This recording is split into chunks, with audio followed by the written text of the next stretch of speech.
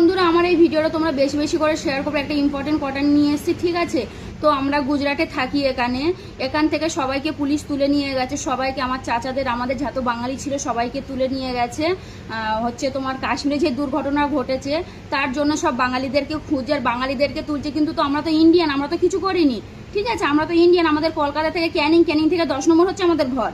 আমরা তো বাইরের দেশের লোক না, আমরা হচ্ছে ইন্ডিয়ান। তো আমার চাচাদের এখান থেকে তুলে নিয়ে গেছে, আমরা সব প্রমাণপত্র দিয়েছি, তাবু হচ্ছে ছাড়ছে না কাউকে, ঠিক আছে? অনেকজনকে তুলে নিয়ে গেছে, আমার চাচা ভাইরা, মামাতো ভাইরা সবাইকে তুলে নিয়ে গেছে। তো আমরা সব প্রমাণপত্র দিয়েছি, লাইট বিল দিয়েছি, আধার কার্ড দিয়েছি, তোমার হচ্ছে কি না আইডেন্টি কার্ড দিয়েছি, তাবু ছাড়ছে না।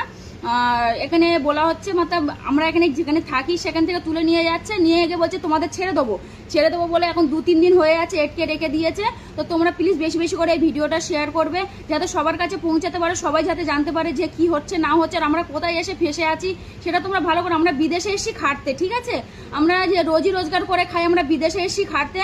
আমরা যাতে আমার দেশে কিছু নেই বলে বিদেশে এসে খাটতে সুরাটে এসছি, আমরা সুরাটে থাকি। তো সুরাটে এরকম হচ্ছে, সবাইকে তুলে নিয়ে যাচ্ছে। বাংলাদেশে তোমরা বাংলাদেশিকে খুঁজো, তো বাংলাদেশিকে খুঁজে তো তোমরা এ করো, ঠিক আছে? আমরা বাঙালি হচ্ছে, আমরা হচ্ছে কলকাতায় আমাদের বাড়ি। তো আমাদের কেন তুলছো আর আমাদের কেন কিছু করছো?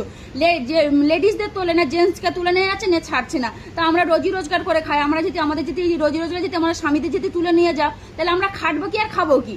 ঠিক আছে? আমরা বিদেশে এসেছি খাটতে। তো প্লিজ বন্ধুরা, তোমরা এই ভিডিওটা বেশি বেশি করে শেয়ার করো, যাতে সবার কাছে পৌঁছাতে পারে।